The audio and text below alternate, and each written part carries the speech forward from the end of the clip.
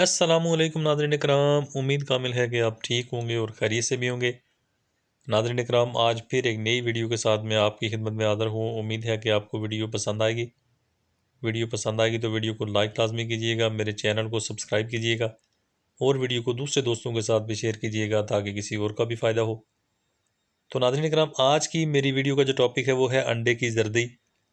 तो कुछ लोग जो हैं अंडे की जर्दी को पसंद नहीं करते। कुछ अहबाब ऐसे होते हैं जो अंडे की जर्दी को कतई तौर पे खाते भी नहीं हैं और इसको पसंद भी नहीं करते। लेकिन नाज़रीन कराम, ख़ास करके अंडे की जर्दी भी इस्तेमाल करके तो काफ़ी सारा फ़ायदा हासिल कर सकते हैं।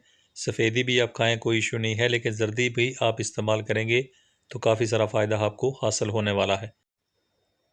तो नाज़रीन कराम, अंडों की जर्दी में ख़ास करके जो है विटामिन सी होता है, विटामिन ए होता है, विटामिन डी होता है और विटामिन जो है बहुत सारे विटामिन और भी पाए जाते हैं। इसमें विटामिन के पाया जाता है, उसके अलावा विटामिन 12 पाया जाता है इसमें।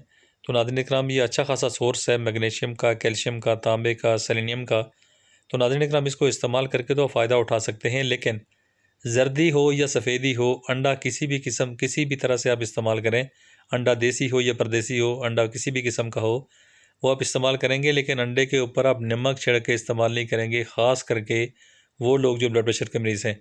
तो ब्लड प्रेशर के मरीज़ अगर आप नहीं हैं तो फिर आप नमक खा लें, कोई मसला नहीं है, कोई इशू नहीं है। लेकिन ब्लड प्रेशर के मरीज़ ख़ास करके अंडे के ऊपर नमक छिड़क के तो कतई तौर पे इस्तेमाल ना करें, ये आपके लिए प्रॉब्लम कर सकता है। तो नाज़रीन इकराम, उम्मीद है कि आपको वीडियो पसंद आई होगी।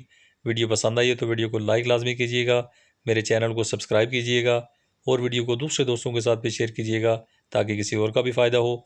Thanks for watching, be happy always, bye.